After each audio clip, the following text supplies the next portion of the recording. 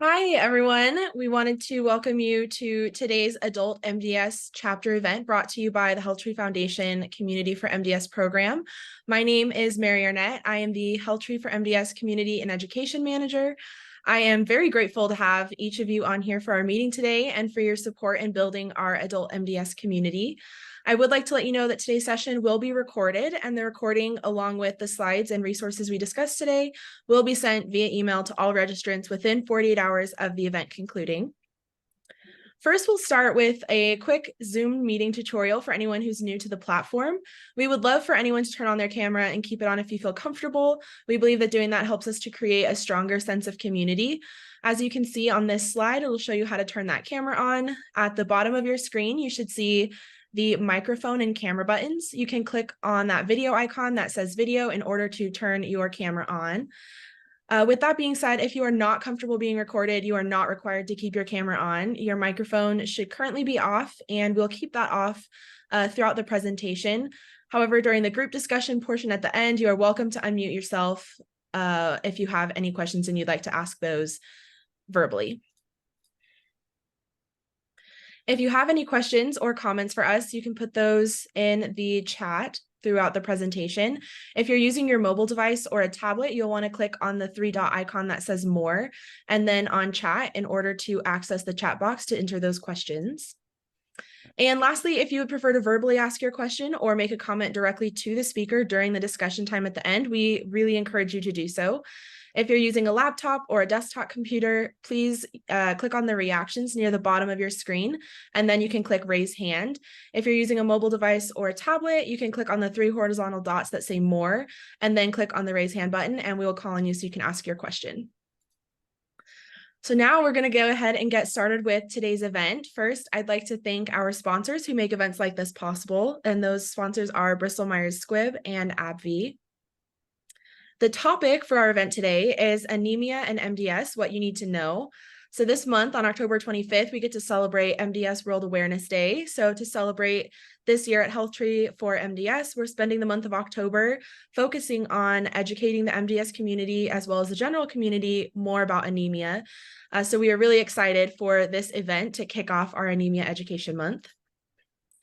So here is our agenda for the meeting today. I'm going to introduce our speaker, and then he will spend the next 30 minutes or so giving us his presentation. After the presentation, we are going to open it up for questions and comments. So let me take a quick moment to introduce our speaker. He has led multi-institutional research efforts in MPNs and is actively involved in both investigator-initiated and industry-sponsored early and late-phase clinical trials in myeloid neoplasms. He specializes in hematologic malignancies, including acute myeloid leukemia, myeloproliferative neoplasms, and myelodysplastic syndromes. I'm sure with his resume, you can see why we're really excited to have him on today and to present to us on anemia. So with that, I'm going to go ahead and turn this presentation over to him.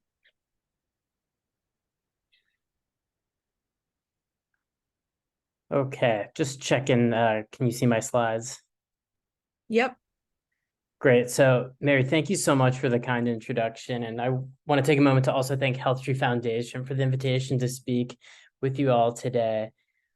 This is a really important topic, and I think one that sometimes doesn't get enough attention, but is very common in what we'll talk about, and that's anemia and MDS. And what I really want to do today is break this down to what you need to know, and also looking towards the horizon of future therapies for this complication in this disease. Here are my disclosures. So first, I'm going to describe the burden of anemia and MDS, how many people have it, what are the complications, and what are the sort of issues that come along with MDS and anemia. Then I'm going to talk about what the current treatment paradigm is throughout the risk continuum from low-risk disease and high-risk disease, but really focus in on those low-risk patients as well. And then I'm going to look towards future therapeutic options for anemia and MDS, different agents and different strategies that are coming through down the pike that will be part of the future therapeutic landscape. So first, let's just talk about MDS for a second. What does MDS mean? What is it? So I like to break down the word, and myelo really means bone marrow, and dysplastic is an abnormal differentiation, abnormal type of cells. And syndromes are a group of disorders, but it's very important to come out and say that MDS is a cancer. So the preferred nomenclature now is myelodysplastic syndrome / neoplasms to really highlight that these are malignancies. They're characterized by failure of maturation of bone marrow stem cells. So the inability of these bone marrow stem cells to create normal red blood cells, normal white blood cells, normal platelets. There's also an increased risk of transformation, the disease turning from MDS into acute myeloid leukemia. What causes MDS? It's complicated, and as this figure shows, there's many different features, including different immune dysfunctions, environmental exposures, aging, and prior exposure to chemotherapy or radiotherapy that leads to a number of different changes, both in the bone marrow microenvironment, the kind of things that surround the stem cell, as well as within the stem cell itself, causing issues specifically with gene mutations that are acquired and changes that aren't have to do with the exact genes, but things that how the genes actually work that we call epigenetic changes. These lead to different issues such as expansion of these MDS cells that expand and cause more issues and increased issues of apoptosis or cell death and differentiation defects, the inability of cells to kind of turn into normal functioning cells. So what you really have is you have an issue where the stem cell here, it grows into these MDS initiating cells, and those cells do not do a good job of turning into normal functioning red blood cells, white blood cells, or platelets. And that's really why you get these cytopenias, include anemia. But some of these cells also have additional genetic lesions and different factors that lead them to grow into AML cells and worsening cells and increasing these blasts that can lead to risk of progression to acute myeloid leukemia. So there are many different causes for myelodysplastic syndrome, and it's still being really thoroughly evaluated. But in many cases, it's really important for us to just understand that this is a stem cell disease and this originates in the bone marrow. I'm going to spend this moment just about risk stratification in MDS. So a frequent question that we get whenever we diagnose someone with MDS is, what stage am I? And over here, you see that in lung cancer, these different stages really matter. And the 5-year survival rates of these different stages as you go from stage 1 and go to stage 1B to all the way to stage 4, that the survival rate progressively gets worse. Now, in MDS, we don't have a staging system, so it's not stage 1, 2, 3, or 4, because the cells are automatically in the blood and going everywhere and have already kind of gone throughout your entire body. But we do have something similar, which is called risk stratification, to try to understand how bad your disease is. And this is really important because the survival time of MDS can vary from several months to many, many years or decades. And so understanding what risk you are is really important. And this is an earlier iteration of a risk stratification system where you can see these are called Kaplan-Meier curves, where these lines in the blue that are more horizontal like this indicate a longer survival. And the lines that go down like this in a quicker rate are a poor survival. You can see these risk stratification systems actually do a really good job about dissecting and saying which patients are high risk or low risk or very low risk. But it's also important not just in terms of prediction, but also in terms of determining the different types of treatments, what we'll talk about, including erythropoietin stimulating agents, lenalidomide, luspatercept, and more higher intensive therapies like hypomethylating agents and venetoclax and chemotherapy, and especially transplant. So really the goal is to inform, and that's really why this risk stratification is so important to stage the disease. Risk stratification 2023 is now really accomplished using a specific scoring system called the IPSS-M, which the M stands for molecular, which really incorporates a lot of these mutational information, cytogenetics, to understand exactly what the risk of a patient is. And what it can do is differentiate patients into lower risk, and very low risk, and low risk, and then all the way to high and very high risk. You can see around the percentage of patients that are broken in to these different categories. And today we're really going to start mainly focus on these type of low risk and very low risk and moderately low risk patients as the main patients who have anemia as their primary feature that we're really trying to attack.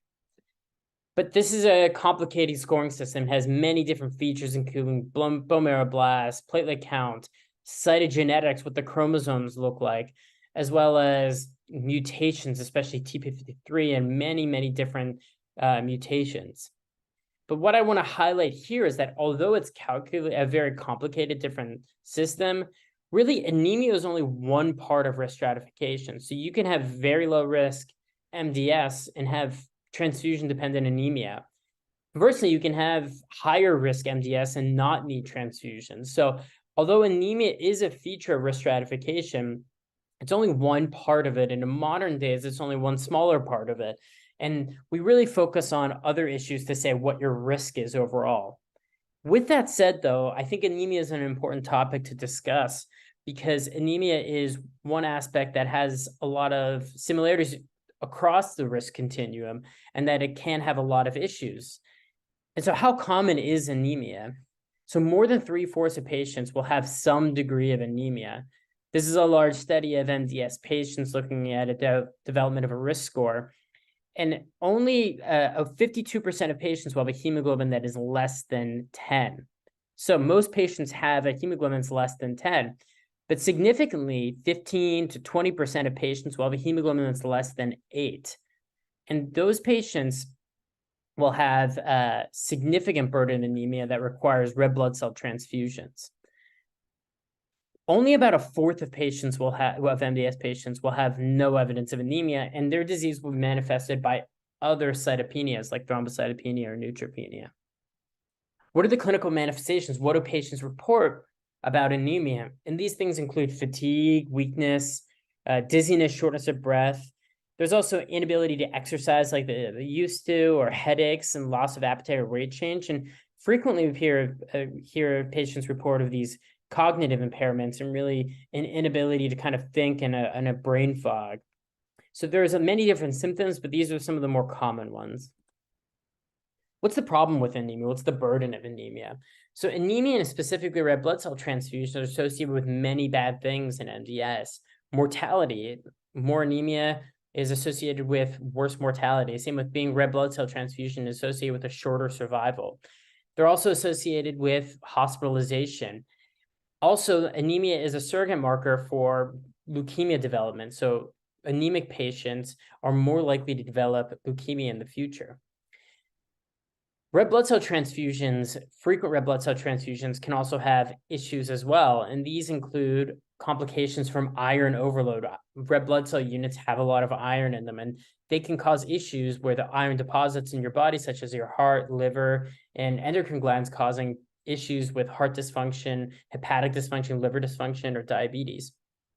There's also a financial burden to transfusions and red blood cell and anemia in general, where more days are missed from work and there's more time that's needed in an infusion suite to get red blood cell transfusions and the travel associated with it.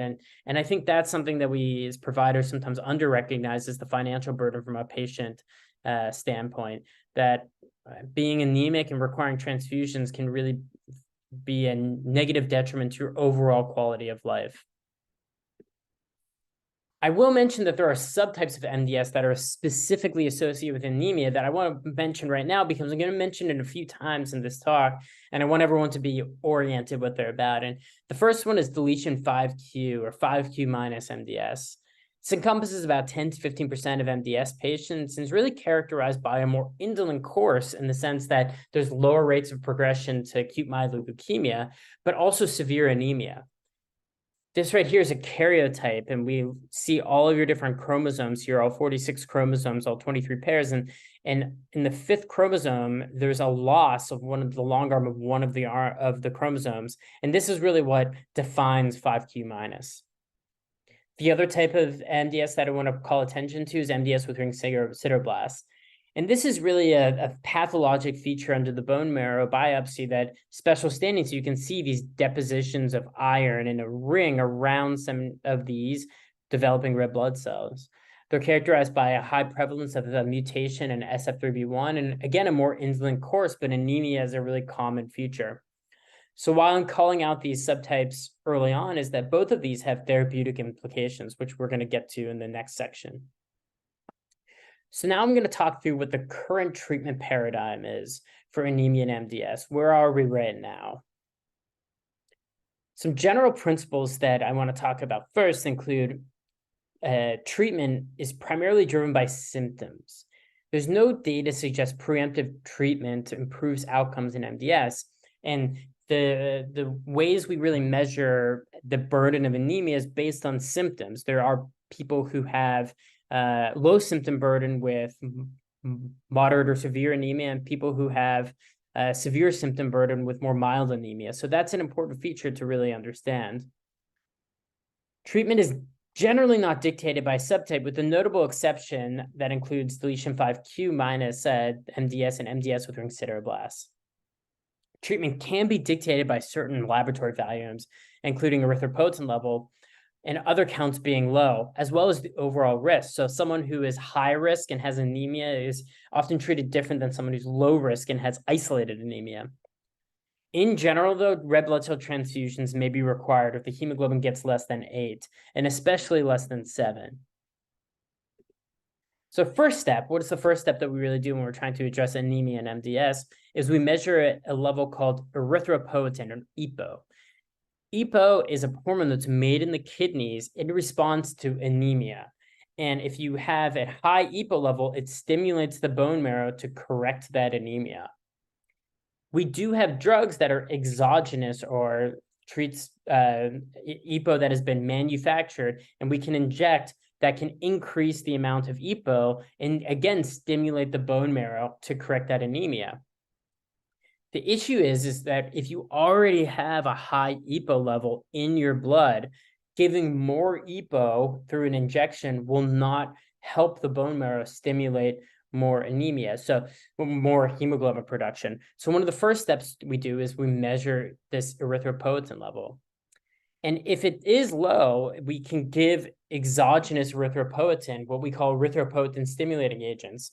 And this is another one of those Kaplan-Meier curves. And in the black here is this is from a randomized trial of placebo versus erythropoietin in patients who were transfusion dependent with MDS. And what you see is that there is a significant improvement here in the time to the first red blood cell transfusion in patients who are treated with erythropoietin versus placebo. So it is effective in delaying the time until you need your first red blood cell transfusion if you're anemic. But there is prediction models that we have developed to try to understand which patients are going to be the ones who are going to respond to exogenous erythropoietin. And this is one such model that's summarized here. We have a serum erythropoietin level that's less than 100. That really predicts someone who is going to respond to erythropoietin because their own body's making of erythropoietin is already low enough that giving more may actually stimulate the red blood cells to develop and you have improvement in your anemia.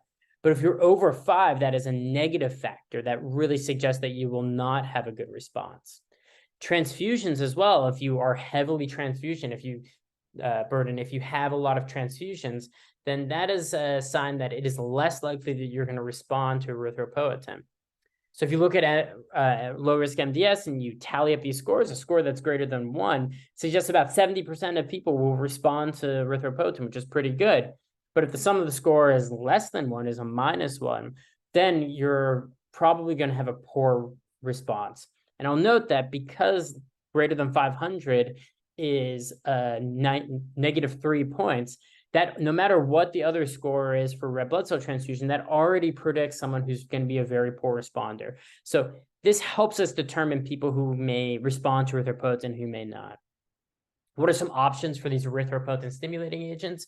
There's basically 2, erythropoietin alpha and darbepoetin, and these have different brand names. Erythropoietin alpha is called Epogen, Procrit, or Retacrit, and darbepoetin is called Aranesp, and they have slightly different dosing and frequency, but they share the same sort of side effects and response rates. So side effects of these medications include exacerbations of hypertension. So if you have high blood pressure already, this could exacerbate it.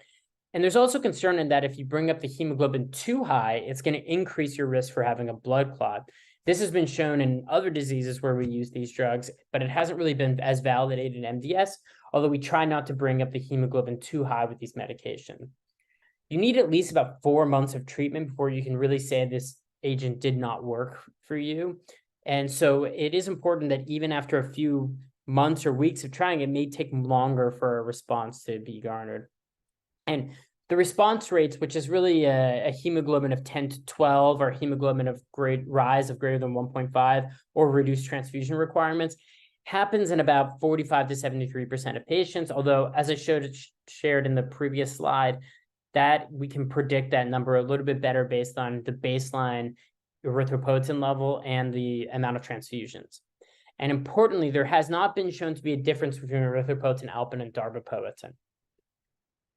How about lenalidomide? This is another drug that we use frequently to try to improve anemia, and it has many complicated mechanisms of actions, which we are still trying to understand. But what it really does is it really attacks those malignant stem cells that cause MDS, and it also causes some changes in the immune system to try to improve the cytopenias by reducing these things called inflammatory cytokines, which prevent the bone marrow from making red blood cells, and also helps the immune system find the MDS cells and attack them. So it does many different things here, but it really works in many different ways to try to improve anemia in MDS patients. So lenalidomide has been tested in a number of different studies, and this is a phase 2 study that was done in the 2000s that looked at patients who were given lenalidomide with low-risk MDS. And what they really found is that erythroid responses or transfusion responses were found in about 56% of patients, which is pretty good. But the real response that you got, especially in terms of chromosomal abnormalities, was really associated with the deletion in 5q. Other features and other cytogenetic abnormalities did not really get as many improvements in their cytogenetics and were not as effective.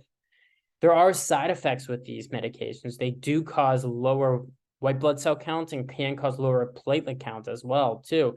And this happens in not an insignificant number of patients. So it's very important to monitor the blood counts while giving this drug. It has also been tested specifically in those 5q minus patients in different dosing regimens, including a continuous dosing or 21-day dosing.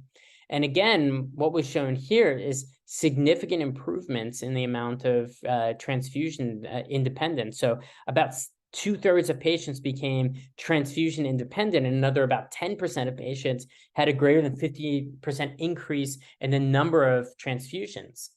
It can take some time to respond, with an average or median time to response of about 4.6 weeks. But the improvement in the hemoglobin level is really remarkable, with about a median improvement of 5.4 grams per deciliter, which is quite great. It also significantly reduced the time to the first transfusion in these patients, where this actually was not even reached after a long-term follow-up. So what this data shows us is that lenalidomide is really the treatment of choice for patients with 5q minus MDS. How about lenalidomide if you don't have a 5q minus? This has also been tested in a randomized controlled trial, showing significant improvements in the type of patients who do get, in many patients who do not have a 5q minus, who do get improvements in red blood cell transfusion for greater than 8 weeks, and about a quarter of patients. This wasn't entirely long-lived, as many patients didn't enjoy a freedom from transfusion for even a year. But I will say that it's very easy to kind of predict if you will respond to this. And patients who have a high erythropoietin level are much less likely to respond than patients who have a low erythropoietin level. And if you've had a prior erythropoietin use and you have a low erythropoietin level, you're more likely to respond than patients who have a high erythropoietin level and have a high prior erythropoietin stimulating agent use. So it can also be used in patients who don't have a 5q minus. How about luspatercept, ribosol? And this is a drug that works in many different ways, but it really traps up these things called TGF-beta molecules and ligands and traps them up. And what it does is it causes inhibition of SMAD signaling and leads to differentiation of different pathways that lead to erythroid development, so red blood cell development. So it takes these younger red blood cells and allows them to grow up into more adult and functional red blood cells. This has been a really interesting kind of concept to kind of convince the bone marrow through these different modulation of TGF-beta to try to develop more red blood cells. So it has been tried in a phase 2 study, which I'm showing you the results of here. And what I'll show is that, it really did improve transfusion rates in a significant number of patients. And these are two different measures of how you measure transfusion independence and erythroid response rates. But it is more effective in patients who have a lower transfusion burden than higher transfusion burden. It didn't seem to matter if you've had a prior erythropoietin stimulating agent use.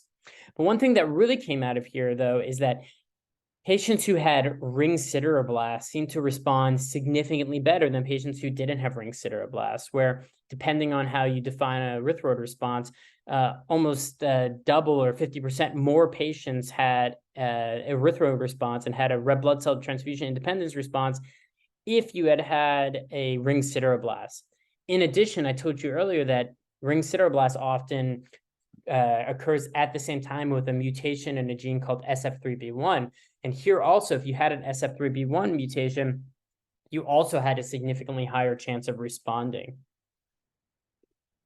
So this led to the development of a randomized control trial that included patients with those two features who either had ring sideroblasts or ring sideroblasts with an SF3B1 mutation and had lower intermediate risk. And importantly, these patients all had been treated with an erythropoietin stimulating agent or were going to be ineligible, and they were transfusion dependent. They were randomized 2-to-1 to either this drug luspatercept, which is an injection every 3 weeks, or placebo. And the dose was up titrated all the way to 1.75 milligrams per kilogram every 3 weeks. Here are the results of the clinical trial, and this shows that there's significantly number of patients who had responses with luspatercept versus placebo, especially responses with transfusion dependence for 8 weeks or 12 weeks, and as well as mono for 16 weeks. And this is significantly more than the number of people who had responses with just a sugar injection with placebo. So luspatercept seems to be very effective in this population with ring sideroblast or SF3B1 mutation. I'm going to just briefly touch on immunosuppressive therapy. And these are drugs that try to suppress the immune system. The theory is that in certain type of features, such as patients who have a PNH clone or certain T-cell clones, that those features of the immune system are causing an autoimmune issue that is suppressing the ability to make red blood cells. And so this looked at some improvements in about 30% of patients who had treatment with ATG or cyclosporin or other types of immunosuppressive therapies. And this worked especially well in this type of MDS where you have low blood bone marrow cellularity. So the amount of cells in your bone marrow is very low, and a special subtype this seemed to be particularly active in. So where we are so far is that we've talked about if your erythropoietin level is less than 500, we're going to talk about an erythropoietin stimulating agent.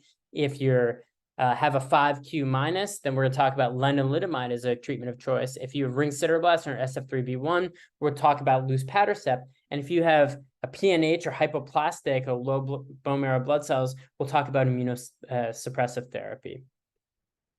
What about hypomethylating agents? And these are agents that are frequently given in higher risk MDS that can really create improved response rates in higher risk MDS.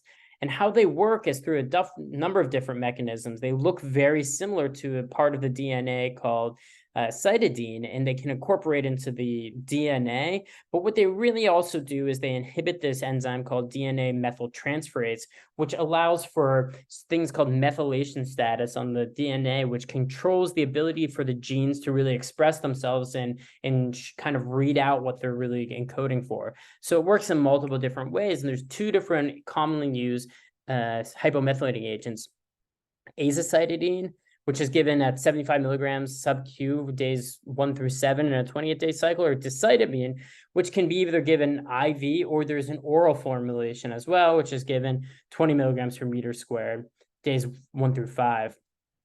Both are standard of care in higher risk MDS as well as in AML, and can be combined with other agents as well. So how does HMA therapy work for improving hemoglobin? And this was a really interesting study that randomized patients to one of these two regimens, but for a shorter duration, for only 3 days instead of either 7 days with azacitidine or 5 days with decitabine. And what I'm showing you here, though, I think is the most important feature for the relevance of this talk, was if you are transfusion independent at baseline, it does cause some transfusion dependency in about 10% of patients, whether you're getting decitabine or azacitidine. But what's really important here is if you're transfusion dependent at baseline, if you already require red blood cell transfusions, at the end of the study, about 2/3 of people ended up being transfusion independent. So HMA therapy is a really good option for people who need to rehabilitate their bone marrow, especially in higher risk disease, but also can be given in shorter courses in low risk MDS as well. So this is where we're at overall with the overall treatment algorithm. If you're anemia and you have a deletion of 5q minus, we really measure your erythropoietin level. If it's low, we'll give erythropoietin stimulating agent, sometimes another agent. But if that doesn't work, then we really think about giving lenalidomide. And if that doesn't work, then we're kind of on to other therapies. If you don't have a 5q minus and you have a low erythropoietin level, again, we'll give erythropoietin stimulating agent. But if that doesn't work, then we look if you have a hypoplastic, a low bone marrow cellularity type, and we'll talk about giving immunosuppressive therapy. And if you have a ring sideroblast or an SF3B1 mutation, we'll talk about luspatercept. In either of these scenarios, if that doesn't work, then we look on to other therapies like hypomethylating agents or lenalidomide if you didn't get it in the 5q minus round, as well as other targeted therapies in clinical trial and even stem cell transplant. So the first summary of this part is anemia is common in MDS and frequently leads to many symptoms and complications and the need for red blood cell transfusion. Really determining the EPO level is the first step. And this helps us predict who's going to respond to erythropoietin stimulating agent and who will not. Lenalidomide is really effective in MDS with 5q minus, but also can be given after erythropoietin stimulating agent failure. And luspatercept is active in the setting of ring sideroblast or an SF3B1 mutation. HMA therapy can be given as last resort or in patients who have higher risk disease, potentially, especially those with multiple cytopenias.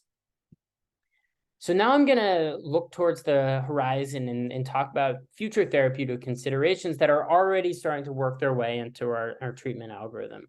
And the first is about luspatercept. So we had discussed before that luspatercept was really tested primarily in patients who had already failed an erythropoietin stimulating agent or were not eligible for erythropoietin stimulating agent. So this is the command study that really asked the question, instead of waiting until failure and only in patients who have aren't going to respond to erythropoietin stimulating agent, what if you gave luspatercept before erythropoietin stimulating agent? So it took low-risk MDS patients who had a bone marrow blast that was less than 5%, didn't have a 5q minus, they had never received an erythropoietin stimulating agent, and they were transfusion dependent. And it randomized patients 1-to-1 to either luspatercept or giving them that erythropoietin stimulating agent. And the results were really surprising and I think really impressive, where there was a significant improvement in the red blood cell transfusion independence for at least 12 weeks when you gave luspatercept first instead of erythropoietin first. There's also a significant improvement in 24-week red blood cell transfusion independence and hematological improvement by erythroid whenever you gave luspatercept first. So luspatercept first, even in the situations where we just said erythropoietin stimulating agent should be given, that seems to be more effective than giving erythropoietin stimulating agent. There were specific subtypes of MDS that seemed to be even better. So it didn't really matter if you had a high transfusion burden or if you had a low. But remember before that, if you had ring sideroblasts in the prior studies, we noticed those patients responded best to luspatercept. But here, the ring sideroblasts again seemed to outperform erythropoietin stimulating agent in patients who had a ring sideroblast, but we didn't see that same effect in patients who didn't have a ring sideroblast. It didn't really matter what your baseline erythropoietin level, but again, it seemed like patients who had an SF3B1 mutation had a significant improvement, and the chance that they would respond, that luspatercept would be better than erythropoietin stimulating agent. So luspatercept is now approved actually for treatment of anemia in patients with lower risk MDS who may require transfusion, even before trying erythropoietin stimulating agents. So nowadays, in the modern treatment now, we give luspatercept first, even in patients who have erythropoietin stimulating agents, haven't experienced those before, even if they're eligible for it. Although I will note that there are certain subsets where it's more equivocal, as I mentioned before. If you lack a ring sideroblast, if you lack an SF3B1 mutation, there may be still a reason to give ESA, but this still remains to be worked out. How about imetelstat? Imetelstat's a really interesting drug that is called a telomerase inhibitor. A telomerase is an enzyme that lengthens chromosomes, and this drug really inhibits its ability to do that because MDS cells, we know, and these malignant clones of MDS cells have an elongation of their chromosomes to try to survive longer. And it really leads to cell death in these MDS clones, and because of cell death of the MDS clones, allowing for normal blood cell development to occur. So this has been evaluated in a phase 3 study called the eMERGE study that took patients with lower intermediate risk MDS who had already been experienced to erythropoietin stimulating agent, or they're not eligible because of a high EPO level and they're red blood cell transfusion dependent. And it randomized patients 2-to-1 to this drug imetelstat, which is given every 4 weeks as an infusion or placebo, and really looked at the primary endpoint was red blood cell transfusion independence for 8 weeks. And again, the results, which have only been presented in abstract form so far, were really impressive, where there's a significant improvement in the number of patients who had red blood cell transfusion independence for 8 weeks, 16 weeks, 24 weeks, and even 1 year in patients who were treated with imetelstat versus patients who were treated with placebo. So this drug really seems to rescue in failure of erythropoietin stimulating agent therapy. And importantly, though, I find this is a study this is an analysis that looks at which patients responded better. And in contrast to the prior plot I showed you, it doesn't seem to matter too much if you are ring sideroblast positive or negative, if you had prior transfusion burden or not, or what your erythropoietin stimulating agent burden was, that across all of those different subtypes, you had a significant improvement in the people who of imetelstat over placebo. So this drug is really poised to potentially change the game in terms of treatment across the different risk spectrum. Not all drugs that go into clinical development are successes, and this is roxadustat, which is a drug that is really interesting, and it binds a drug called HIF-1 alpha and leads to its degradation, which is supposed to improve erythropoietin levels and red blood cell production. But this drug did not work in a phase 3 MDS study. How about iron overload? I mentioned this earlier, that not only does iron cause issues because it can cause different organ dysfunction, but it also can cause issues within the bone marrow as well, where it can change the bone marrow environment and prevent the bone marrow from actually being able to produce red blood cells. So too much iron tells the bone marrow, I need to stop making red blood cells. So there's been efforts to try things called iron chelation therapies, which can try to remove the excess iron from your body. And it really was successful in this 3-year event-free survival. But what I will note is that the improvements in red blood cell transfusion versus placebo were not significantly better. So just by itself, I don't think it's a real reason to do iron chelation therapy, although there is an argument to be made in certain patients with a heavy iron overload and heavy transfusion burden to consider iron chelation therapy. There's also many other drugs that are on the horizon which have preliminary evidence or are being tested in other higher risk MDS as well. And these look at targeting inflammation in MDS.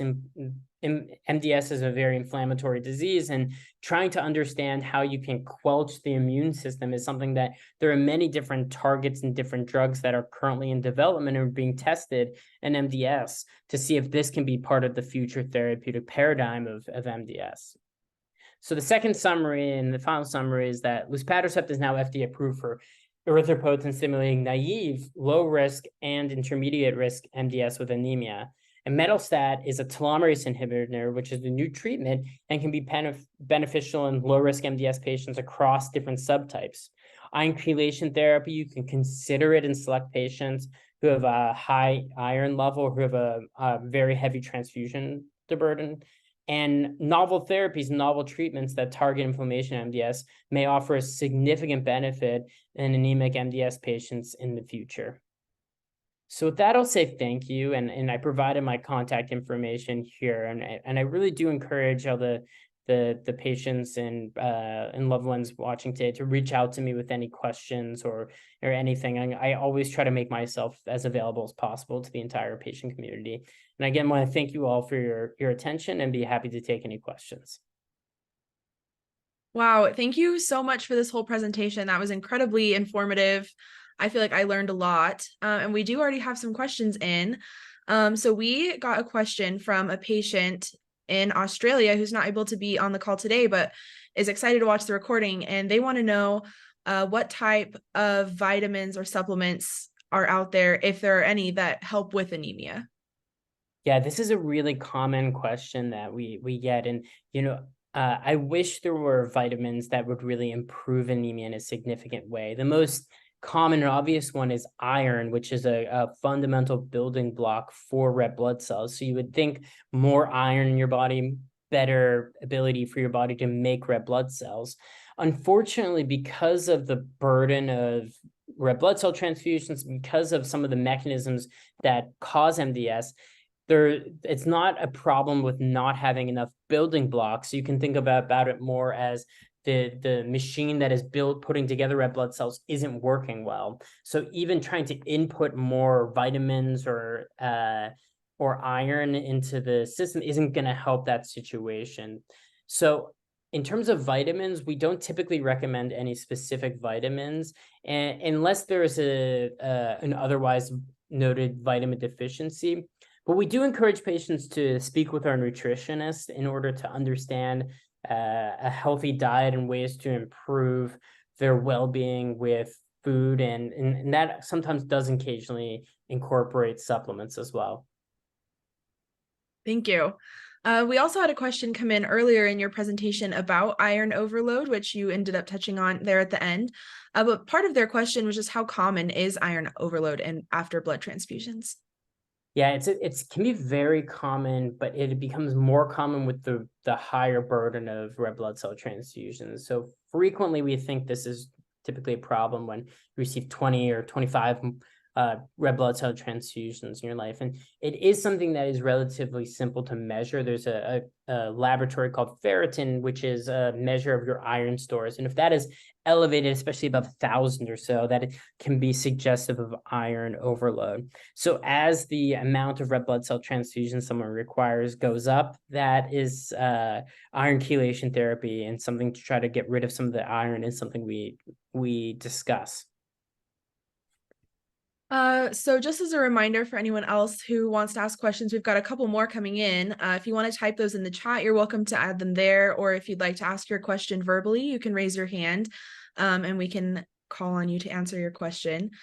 So we have another question from Michelle. She said, what type of questions should I be asking my doctor to help us decide how to treat anemia? That's an excellent question.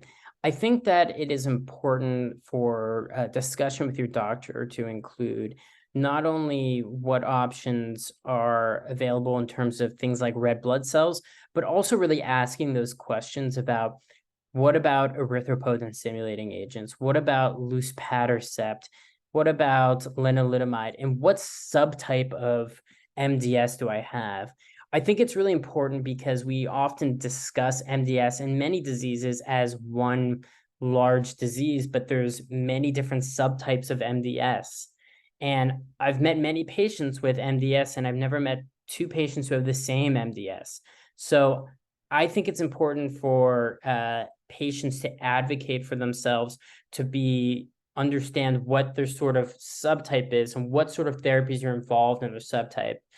I think one thing to take away from the presentation today is that there are certain therapies that work better in certain subtypes of MDS. So lenalidomide and 5-Q minus, or luspatercept and SF3B1 or ring sideroblasts, or if you have a very low cellular of your bone marrow, immunosuppressive therapies. So trying to understand that and challenge your healthcare provider to to really understand that as well too, I think can help make the best treatment decisions that you can make as a patient. Thank you. We have another question from someone on the call, John. He said, "Hi, John from the UK. I am SF3B1, EZH2, and ASXL1 mutated, low intermediate risk, watch and wait right now. It's great to see these improvements for when I suffer from MDS. What supplements can help delay the onset of problematic symptoms? Or is there anything like diet, intermittent fasting, anything like that that they can do to try to delay that as long as possible?"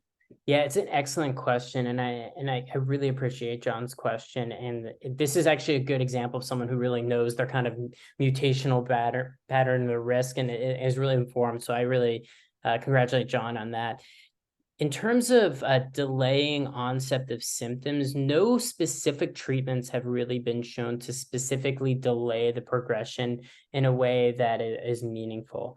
However, I do encourage a healthy diet and exercise because it is important to start this MDS journey from a very good place and as healthful as possible, so that if complications do arise in the future, your body's in a good place to try to counteract those complications.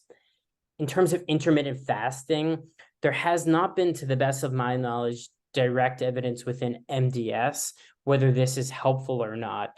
And I would, caution that that not much is known about the beneficial and also harmful effects of intermittent fasting within someone who has a blood disease.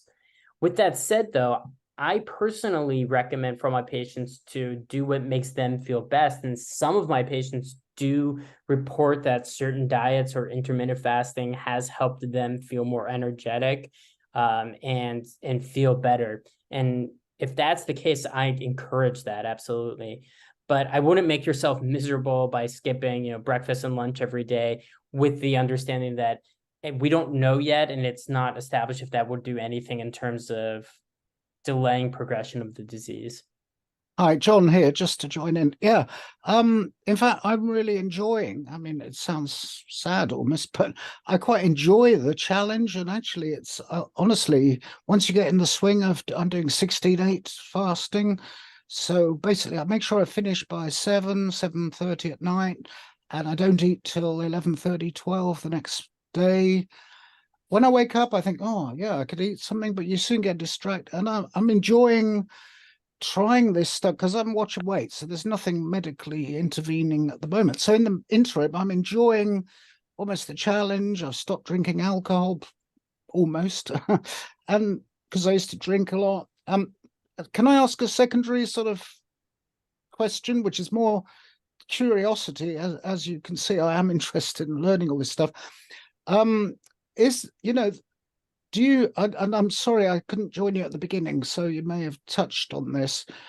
I guess everyone, and I'm quite new to this, it's only 6 months ago, and you have that why me thing. And I've got kind of, I'm old, so I've got a rich history of what I call personal epidemiology, using creosote, working in a gas station when I was a teenager, smoking probably as one very good reason for 30 years. I stopped, 20 years ago.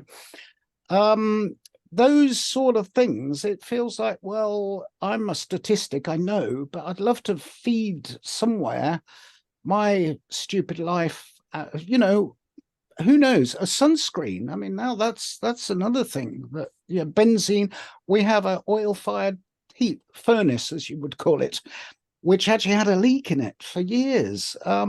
These are all kind of, I wonder if that was me. Now, I know you shouldn't personalize it that much, but I'd love to share, hey, this is me. And then if you had like 100, 200 people like me, there could be some really good understanding of what the triggers were. And I just wondered if there's a place to share that. Well, that's excellent. Thank you so much, John. So I will say to wrap up the intermittent fasting, if it works for you, that's excellent. I'm one of the people who have tried intermittent fasting, and my wife almost divorced me. So it's not for me, but if you feel better with it, that's excellent. Regarding your question about environmental triggers for MDS, this is a really important and a really interesting area of research that is ongoing. Now, there are certain known risk factors for MDS, and one of them that you mentioned is benzene exposure, but then even more commonly is chemotherapy and radiation and tobacco smoking as well. But it's very challenging to try to look back and say, this is exactly what caused my blood cancer, and this is exactly the instance that did it. But I do encourage your investigations into trying to understand environmental features that can lead to the development of MDS as a way to prevent future generations from trying to experience that same sort of harm. Now, in terms of what resources are available to try to understand the risk factors, these studies are very challenging to perform because they require thousands and tens of thousands, sometimes hundreds of thousands of patients to understand the difference between people who got MDS and people who also live next to a gas station and smoke cigarettes and everything and didn't get MDS. Now, I'm not sure what the resources are in the UK, but I can follow up on that and see if some of our UK colleagues know of any sort of resources. In the United States, there's been a number of different epidemiologic studies that have taken place through a number of different large kind of databases, as well as sort of natural history studies to understand some of the epidemiologic exposures. But I will say that it's probably a very understudied aspect of MDS and something that deserves a lot more attention, thanks to, and I hope in the future, thanks to people like John here, that will be increased attention towards the environmental exposures that lead to development of MDS. Thank you. Yes, thank you for your question, John. I think that was very informative for everyone, and I hope you got a little bit of what you were looking for. I'd like to put in a little plug for HealthTree really quick, because what you're talking about, John, is one of the main focuses of what we're trying to do at HealthTree. We have this program called Cure Hub that's just launched in MDS. We've already been doing it in myeloma for over 10 years. And what Cure Hub allows is for patients to consent to connect their medical records, and then it allows all of their medical records for the patient for you to be able to see everything in one place from all of your facilities in order to be able to track your disease. But it also allows you to fill in a bunch of those demographic, personal type questions as well, things that you are curious about with your diagnosis, and then allows that to be seen, used in research, and for you to find patients who have similar experiences to you, things like that. So that's something we're trying to help with. And like we just talked about, it's a big part of MDS diagnoses and blood cancer in general. So if we have, it looks like we don't have any more questions. So unless there are any last minute questions from anybody on the call, I think we are going to go ahead and move on. Thank you so much for this presentation. I think it was incredibly impactful, informational. So I am going to take over here for a second.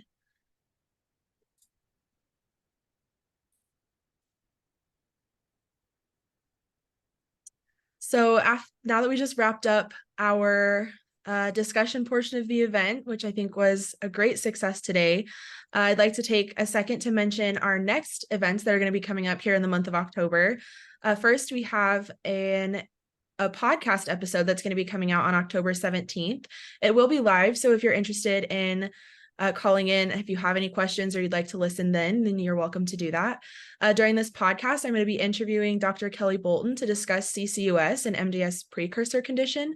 We'll talk a little bit about what progression from CCUS into MDS can look like, and Dr. Bolton will also be talking about her PIMM study that's looking into CCUS, so you won't want to miss that conversation. I'm really excited about that. And then we also have another really exciting event for you this month. On October 23rd, HealthTree Foundation is launching HealthTree 2.0, which is kind of a refocus on research. And this event is going to showcase some of the HealthTree team, some incredible keynote speakers, and how you as patients and caregivers can be a part of the important research to help find and accelerate cures for all blood cancers. If you're interested in joining, you can register at the link there, and then you'll be able to watch. It's going to be a live party. It's going to be really fun. If you're interested in hosting a watch party for this event, we want to help encourage that. So if you want to have friends and family come over, watch the live recording or watch the live broadcast, you can reach out to me at mary@healthtree.org, and we will send you a little party kit with some party decorations and some little favors to help you kind of outfit your party. We're really excited about this event and hope you'll consider tuning in and celebrating with us. You can see that link at the bottom, or the website, healthtree.org-mds-community-events. That's where you can find those events and you can register. And then finally, we want to take a moment to thank our HealthTree sponsors again, without whom this event would not have been possible, and that is Bristol Myers Squibb and AbbVie. And finally, I just want to end by saying thank you to everyone who joined the call today and is helping us to build this MDS community. I really appreciate all of you, and I hope each of you have a great rest of your day, and hope to see you again on our future events soon. Please do not hesitate to reach out to me. I put my email there on the screen. You can reach out if you have any questions about HealthTree, upcoming events, MDS, anything like that. So I just thank you, and I hope everyone has a great rest of your day.